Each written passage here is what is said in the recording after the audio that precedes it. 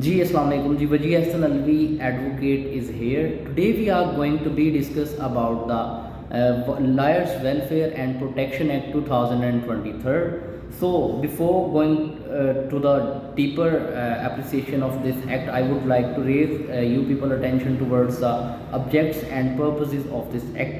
So basically we are all well aware that lawyers are performing their duties for this country, and lawyers are performing their duties for the uphold of democracy, for the supremacy of law and for the supremacy of the constitution obviously. लेकिन हम देखते हैं कि recent past में जो है हमने lawyers ने जो है बहुत सारी जानें गंवाई हैं, बहुत ज़्यादा जो हैं इनको थ्रेट्स का सामना रहा है, कहीं ना कहीं किसी न किसी सूरत में हमने अपने बहुत से अजीज़ लोग जो हैं वो खो दिए हैं। तो उसी चीज़ को, उसी सिनेरियो को सामने रखते हुए ये वक्त की अशद ज़रूरत थी कि हमें एक ऐसा कानून चाहिए था, एक ऐसा ज़ाब्ता चाहिए था कि जिसके तहत जो है हमारी जो फील्ड है उसको हम सिक्योर कर सकें और इसकी तरफ रुझान जो है उसको बना रहने दें। तो उस हवाले से ये जो एक्ट है मैं समझता हूँ वो पास हुआ है और मैं समझता हूँ कि ये एक अच्छा कदम है towards the welfare of the lawyers. तो इसमें डिफरेंट चीज़ें डिस्कस की गई हैं जिनको हम बारी बारी देखेंगे। दरअसल इसमें बेसिकली 3 चैप्टर्स हैं, ठीक है।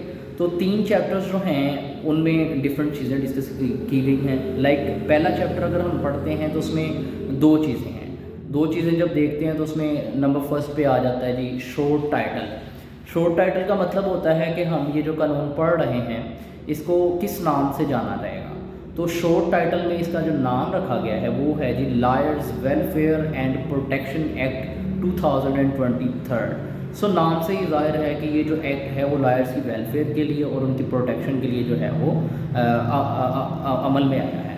तो जब नंबर सेकंड पे हम बात करते हैं एक्सटेंट की, तो एक्सटेंट जो होता है वो उसका मतलब होता है कि ये फैला कितनी, इसका क्या हदूद है, हदूद क़यूद क्या है इसकी। तो एक्सटेंट की जब हम बात करते हैं तो it will be extend to the whole of the Pakistan. मतलब स्पेसिफिकली किसी प्रोविंस में बात नहीं की गई है कि ये पंजाब में होगा या KPK में होगा या सिंध में या बलूचिस्तान में, but it will be to the whole of the Pakistan, यानी पूरे पाकिस्तान में इसकी जो इम्प्लीमेंटेशन है जो वो होगी। नंबर थर्ड पे जब हम बात करते हैं तो वो है कमेंसमेंट। तो कमेंसमेंट होता है इन्फोर्समेंट, इसकी कब से होगी। तो इन्फोर्समेंट ये जो है इस एक्ट की वो एडवांस ही जो है वो हो गई है। देन इसका जो चैप्टर नंबर 1 का ये पहला पार्ट था, जो दूसरा पार्ट इसका पढ़ने जाते हैं तो वो मोस्ट इम्पोर्टेंट है because it is related to the definitions. Definitions class जो है वो किसी भी एक्ट की बहुत ज़रूरी होती है क्योंकि वो उसमें सारी जो है ना उस एक्ट के हवाले से डेफिनेशंस बता दी जाती हैं कि इस एक्ट के अंदर इस चीज़ का मतलब क्या लिया जाएगा। तो जब हम डेफिनेशंस की बात करते हैं तो सबसे पहली डेफिनेशन जो हम इस सिलसिले में डिस्कस करने जा रहे हैं वो इसकी सेक्शन 2 क्लास A में आती है, एक्ट ऑफ वायलेंस के हवाले से। एक्ट ऑफ वायलेंस की जब बात करते हैं तो एक्ट ऑफ वायलेंस कंसीडर किया जाएगा वो एक्ट या वो काम कि जो कोई इंसान या कोई शख्स जो है वो किसी वकील के अगेंस्ट करेगा तो उस काम के करने की वजह से उसको कोई ना कोई पनिश जो है वो दी जाएगी, ठीक है। तो एक्ट ऑफ वायलेंस जो एक्चुअली है क्या, act of violence is kind of any act towards an advocate which intends to interfere in the proceedings of the case, कह लें कि मतलब केस को सही तरीके से चलने ना देने की वजह से वकील को कहीं ना कहीं तंग करना, चाहे वो कोर्ट लेवल पे है चाहे वो ट्रिब्यूनल लेवल पे है, तो वो सारी चीज़ें। तो अगर हम देखेंगे इस एक्ट ऑफ वायलेंस में कौन कौन सी चीज़ें शामिल होंगी, तो इस एक्ट ऑफ वायलेंस में मतलब ये हरासमेंट जो है, वकील को हरासा करना जो है वो भी इसमें आएगा, कोर्शन जो है, अनड्यू इन्फ्लुएंस जो है, तो ये सारी चीज़ें। उसके अलावा इसकी क्लास B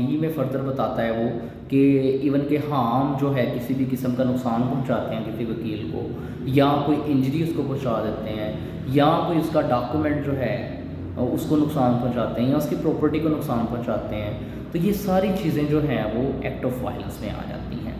तो डेफिनेशन क्लास में आगे बढ़ते हुए एक्ट ऑफ वायलेंस के आगे जब हम बढ़ते हैं तो एक्ट ऑफ वायलेंस के बाद जो बात आती है वो है एडवोकेट की, कि एडवोकेट कौन होगा इस एक्ट के मुताबिक। तो जब एडवोकेट की डेफिनेशन की बात आती है तो इस एक्ट में बात करता है कि एडवोकेट इज़ द पर्सन जिसकी डेफिनेशन हमने उसमें जो है practitioner, legal practitioner and bar act 1973 जो वकला का एक बार एक्ट है, उसमें जो एडवोकेट की डेफिनेशन है एज इट इज़ डेफिनेशन जो है वो एडवोकेट की कंसीडर होगी। उसके अलावा जब बात करते हैं कि बार काउंसिल क्या है, तो जब बार काउंसिल की बात करते हैं तो बार काउंसिल की डेफिनेशन को बताते हुए भी वो सेम चीज़ यूज़ करता है कि वो डेफिनेशन जो legal practitioner and bar act 1973 में बार काउंसिल की बताई गई है, वही डेफिनेशन जो है इसमें बार काउंसिल की होगी। तो बार काउंसिल से आगे बढ़ते हुए जब हम बात करते हैं कोड की, कोड मतलब ज़ाब्ता, कौन सा ज़ाब्ता जो है इस सेंस में कंसीडर किया जाएगा इस एक्ट में। तो जब ज़ाब्ते की बात करते हैं तो कोड ऑफ क्रिमिनल प्रोसीजर 1898 जो है उसकी जो है इसमें एप्लीकेबिलिटी होगी। देन कोर्ट की बात करते हैं, अदालत कौन सी होगी, तो अदालत की डेफिनेशन करते हुए वो कहता है जी अदालत वो अदालत होगी जो इस एक्ट के सेक्शन 5 के तहत जो है वो बयान की गई है। वो हम सेक्शन 5 जो पढ़ेंगे तो उसमें अदालत देखेंगे कि अदालत से मुराद क्या है। तो अदालत के बाद जब हम नेक्स्ट डेफिनेशन पे मूव करते हैं तो वो है गवर्नमेंट की।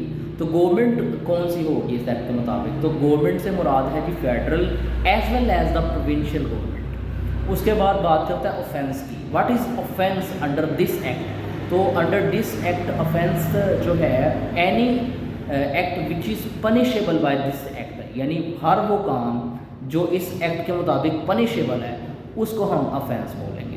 तो ऑफेंस के आगे जब हम मूव ऑन करते हैं तो डेफिनेशन आती है प्रिविलेज कम्युनिकेशन की। तो प्रिविलेज कम्युनिकेशन होती है कि आपको इस्तेहकाक हासिल होता है, लाइक वो बातें आपका इस्तेहकाक हैं, आप उनको डिस्क्लोज़, कोई जो है आपको फोर्स नहीं कर सकता कि आप इस चीज़ को डिस्क्लोज़ करें। लाइक हम QSO में पढ़ते हैं कानून शहादत ऑर्डिनेंस में, तो उसमें आर्टिकल नंबर 4 से लेके ऑनवर्ड्स आर्टिकल 14 तक जो है वो प्रिविलेज कम्युनिकेशन चलती हैं। लाइक हस्बैंड को और वाइफ को जो है वो हक इस्तेहकाक हासिल होता है कि उनके दरमियान जो भी कम्युनिकेशंस हैं वो कोई भी बंदा उनको जो है ना फोर्सफुली वो नहीं निकलवा सकता। फिर एक जज की जो कम्युनिकेशंस हैं इसी तरह जो है डिफरेंट, तो इसी तरह एक वकील की जो कम्युनिकेशंस वहाँ पे QSO में बताई गई हैं प्रिविलेज कम्युनिकेशंस, तो प्रिविलेज कम्युनिकेशन में वही प्रिविलेज कम्युनिकेशन तस्वर की जाएंगी जो कि QSO में बताई गई हैं। तो ये रफली हमने चैप्टर नंबर 1 को देख लिया। यहाँ तक हमारा चैप्टर नंबर 1 जो है वो इस एक्ट का कंप्लीट हो गया, जिसमें 2 चीज़ें थी। नंबर 1 तो जो है इसके शोर्ट टाइटल, एक्सटेंट और कमेंसमेंट के बारे में बात की गई थी, और नंबर 2 में हमने इसकी डेफिनेशंस के बारे में बात कर ली है, जो कि हमने रफली सारी चीज़ें डिस्कस कर ली हैं कि एक्ट ऑफ वायलेंस क्या होगा, कोड क्या होगा, कोर्ट क्या होगा, गवर्नमेंट क्या होगी, और उसके अलावा ऑफेंस क्या होगा और प्रिविलेज कम्युनिकेशन क्या है, एट्सेट्रा। अब हम बढ़ते हैं इसके चैप्टर नंबर 2 की तरफ। तो जब चैप्टर नंबर 2 की तरफ बढ़ते हैं इस एक्ट के, तो चैप्टर नंबर 2 हमें बताता है कि इस एक्ट के तहत जो है वो ऑफेंसेस और पनिशमेंट्स क्या हैं उसकी। तो इसमें बड़ी एक मज़े की चीज़ अगर कह लें तो वो हो सकती है, इन क्लासेस में आने वाली है। तो नंबर 1 जो क्लास है सेक्शन 3 की, सेक्शन 1 और 2 जो थे चैप्टर नंबर 1 का हिस्सा थे, अब चैप्टर नंबर 2 का हिस्सा जो है वो आगे शुरू होने लगा सेक्शन नंबर 3 से। तो सेक्शन नंबर 3 में जो सज़ाएँ बताई गई हैं उनके अकॉर्डिंग कोई भी जुर्म जो ऊपर एक्ट ऑफ वायलेंस में मैंने जिक्र किया था कि ये चीज़ें जो होंगी किसी बंदे की तरफ से तो वो ऑफेंस समझी जाएंगी। तो जब भी कोई इंसान कोई जुर्म करेगा या जुर्म करने के लिए उकसाएगा, क्योंकि इसमें वर्ड यूज़ हुआ है कमिट्स एन ऑफेंस और अबैट्स टू कमिट। अबैट्स होता है कि किसी खुद ना करना, किसी को कहना कि फ़लाँ बंदे को ऐसे करो। लाइक मैंने किसी को कहा कि फ़लाँ तो वनहुज़बिल्लाह किसी वकील को जो है वो ऐसे डंडा मार दो, सोटा मार दो या गोली मार दो, लाइक दिस। तो ये होता है अबैट करना। तो जो कोई भी अबैट करेगा या जुर्म कमिट करेगा, ठीक है, तो उसको जो है वो 3 साल तक की सज़ा हो सकती है इस एक्ट के तहत, और 1 लाख रुपया जो है जुर्माना हो सकता है। लेकिन ये बात है to the extent of class 1 of section 3। लेकिन जब हम जैसे ही आगे बढ़ते हैं towards the class number 2 of section 3, तो उसमें ये पनिश जो है वो एक्सटेंड 5 ईयर्स तक हो सकती है, और मिनिमम जो है वो 1 ईयर तो मस्ट देनी है, और फ़ाइन जो है वो भी उसमें 2 लाख तक बढ़ सकता है, ठीक है। तो जब इसकी क्लास नंबर 3 के बाद बात करते हैं तो उसमें बड़ी एक मज़े की चीज़ जो मुझे पर्सनली लगी तो वो ये थी कि जब हम किसी भी कोई ऑफेंस होता है तो उसकी 2 से 3 चीज़ें देखी जाती हैं। सबसे पहले देखा जाता है कि ये ऑफेंस जो है वो बेलेबल है या नॉन बेलेबल है। तो सबसे मज़े की बात इसमें ये थी कि ये ऑफेंस जो है कोई भी इंसान जो किसी वकील के साथ कोई भी ऑफेंस करेगा, जो कि हमने सेक्शन नंबर 2 में एक्ट ऑफ वायलेंस में पढ़ा, तो वो नॉन बेलेबल ऑफेंस होगा, यानी उसमें ज़मानत नहीं हो सकती। ठीक है, वो किन कंडीशंस में हो सकती है? ज़मानत तो हो जाती है, लेकिन नॉन बेलेबल का मतलब ये है कि नॉर्मली ज़मानत नहीं होगी। नॉन बेलेबल ऑफेंस है, उसमें मतलब पनिश उसे जो है सख्त जुर्म समझा जाएगा। तो नॉन बेलेबल है फर्स्ट ऑफ ऑल। तो दूसरी मज़े की चीज़ जो है इसमें कंपाउंडेबल ऑफेंस तो है लेकिन with the permission of court है। फिर इसमें जो है वो जब कोई जुर्म होता है तो सबसे पहले उसे देखा जाता है कि ये कोग्निजेबल है या नॉन कोग्निजेबल, यानी जैसे ही कोई जुर्म हुआ है तो वो कोग्निजेबल ऑफेंस कंसीडर किया जाएगा और ऑब्वियसली उस पर जो है वो FIR दर्ज होगी और उस पर इन्वेस्टिगेशन का सारा प्रोसेस होगा। तो ये था, इसमें रफली हमने सज़ाओं के बारे में थोड़ा सा डिस्कस कर लिया। देन जब हम नेक्स्ट सेक्शन नंबर 4 की तरफ मूव ऑन करते हैं तो सेक्शन 4 में हम पढ़ते हैं अबाउट इन्वेस्टिगेशन। तो इन्वेस्टिगेशन जो है कौन करेगा? इस मतलब कोई जुर्म होता है किसी वकील के अगेंस्ट तो उसमें FIR दर्ज हो जाती है और FIR दर्ज होने के बाद इसमें इन्वेस्टिगेशन कौन करेगा? तो नॉर्मली जो केसेस हैं उनमें कोई ना कोई ASI जो है लेवल का रैंक का इंसान जो है, बंदा जो है वो पुलिस ऑफिसर, वो जो है इसमें इन्वेस्टिगेट करता है। लेकिन इसमें कहा गया जी a person shall not be less than the rank of inspector. तो यानी इंस्पेक्टर के रैंक से कम रैंक का बंदा इसमें इन्वेस्टिगेट नहीं कर सकता है। तो उसके बाद जब हम सेक्शन 5 की तरफ बढ़ते हैं तो उसमें इस्टेब्लिशमेंट ऑफ कोर्ट, जो हमने ऊपर स्किप भी किया था कि कोर्ट की डेफिनेशन में क्या आएगा, तो फेडरल गवर्नमेंट जो है वो मुतलका हाई कोर्ट की कंसल्टेशन के साथ किसी भी सूबे में जितनी चाहे वो सेशंस कोर्ट जो हैं या अदर कोर्ट जो हैं उनको एम्पावर कर सकता है कि वो इन तरह के जो जराइम हैं उनसे डील कर सके। इसके बाद जब हम सेक्शन 6 की तरफ मूव करते हैं तो वो जुरिस्डिक्शन के बारे में है। तो ये जो जुरिस्डिक्शन के उसका सवाल है कि कौन जो है कौन सी कोर्ट जो है वो इस तरह के जुर्म को जो है वो एंटरटेन करेगी। तो every court which is notified by the government, तो गवर्नमेंट ने जिस कोर्ट को नोटिफाई किया है कि जैसे वो सेशन कोर्ट हो सकती हैं या other court in the province, तो वो उसको वो जुरिस्डिक्शन रखती हैं इस ऑफेंस को ट्राई करने की। तो उसके बाद नंबर 7 पे जब हम जाते हैं सेक्शन नंबर 7 इसका, तो उसमें ट्रायल की बात की है कि ट्रायल जो है वो कितनी देर में कंक्लूड होगा। तो उसकी एक बड़ी मज़े की बात मुझे लगी है कि एक्सपीडिशियसली जो है ना ट्रायल को कंक्लूड किया जाएगा विद इन 6 मंथ्स। तो मतलब 6 महीने के अंदर अंदर जो है इसमें ट्रायल कंक्लूड किया जाएगा। और इन केस कोई ना कोई एडजर्नमेंट मांगता है कोई, मतलब जैसे नॉर्मली होता है केसेस में डेट्स की बात की जाती है, तो वो कोई भी एडजर्नमेंट जो है वो जैसा डिटेल्ड रीजनिंग जो है रिकॉर्ड करके तो डेट देंगे, अदरवाइज़ वो डेट नहीं हो सकेगी। और इसमें अगर 6 मंथ के अंदर अंदर कंक्लूड नहीं होता है तो ऑनरेबल कोर्ट जो है उनको डिटेल्ड रीजनिंग देनी पड़ेगी इस बात पे कि 6 मंथ के अंदर अंदर जो है ये ट्रायल कंक्लूड क्यों नहीं हुआ है। उसके बाद हम जब जाते हैं सेक्शन नंबर 8 पे, तो उसमें जॉइंट ट्रायल की बात की गई है। लाइक एक शख्स है, उसने एक वकील के ख़िलाफ़ जुर्म किया और वो इस एक्ट के तहत जो है उसे हम ट्रायल कर रहे हैं उसका, लेकिन उसी के अंदर अगर वो समझा जाता है कि इसने किसी और law for timing in force जो है उसके तहत किसी और लॉ के तहत भी इसने कोई फलां जुर्म किया है, तो उसको भी साथ ही इसमें जॉइंट ट्रायल भी जो है इसमें किया जा सकता है। तो उसमें उसके बाद जो सेक्शन 9 है इस एक्ट का, वो डील करता है जी प्रिविलेज्ड कम्युनिकेशन के बारे में। तो प्रिविलेज्ड कम्युनिकेशन हमने ऊपर डेफिनेशन में भी जिक्र किया था। प्रिविलेज्ड कम्युनिकेशन वही है कि कोई वकील जो है किसी केस के अंदर असाइन है, तो आप उसको इस्तहकाक हासिल है कि वो जो डॉक्यूमेंट्स उसकी पार्टी ने उसे हैंड ओवर किए हैं या जो उसके पास अपनी पार्टी से रिलेटेड हकाइक हैं, फैक्ट्स हैं, उनको वो डिस्क्लोज़ करने का मतलब कहीं पे भी लायबल नहीं है, तो वो उसको इस्तहकाक हासिल है उस चीज़ का। तो जैसे ही हम सेक्शन नंबर 10 की तरफ चलते हैं तो यहाँ पे 9 तक जो है हमारा चैप्टर नंबर 2 था, तो देन चैप्टर नंबर 3 स्टार्ट होता है। तो फर्स्ट चैप्टर में हमने वो शॉर्ट टाइटल एक्सटेंट वगैरह पढ़ा और सारा डेफिनेशंस पढ़ी। सेकंड चैप्टर में हमने इसमें ऑफेंसेस की पनिशमेंट्स देखी और देखा कि इनकी नेचर क्या होगी, यानी cognisable, non cognisable, bailable, non bailable और कंपाउंडेबल और नॉन कंपाउंडेबल, उसके बारे में देखा था हमने। और ट्रायल देखा कितनी देर में कंक्लूड होगा, और जॉइंट ट्रायल के बारे में पढ़ा। तो ये सारी चीज़ें थी उसमें चैप्टर नंबर 2 में। अब चैप्टर नंबर 3 स्टार्ट होने जा रहा है और वो वकला की जो है ना वेलफेयर के बारे में बात करता है। उनके वेलफेयर में जो है डिफरेंट सेक्शंस दिए गए यहाँ पे, सेक्शन 10 से ऑनवर्ड। तो चैप्टर नंबर 3 जो है वो स्टार्ट होता है सेक्शन नंबर 10 से। तो सेक्शन नंबर 10 जो है उसमें बेसिकली बात की गई है लीगल एडवाइजरी की, क्योंकि बीइंग एन एडवोकेट जो है आपको कोई ख़ास जॉब्स वगैरह जो है ना वो नहीं होती हैं आपके पास या एट्सेट्रा, आपको केसेस पे डिपेंड करना पड़ता है। तो लीगल एडवाइजरीज जो हैं इसमें ऑप्शन दी गई है।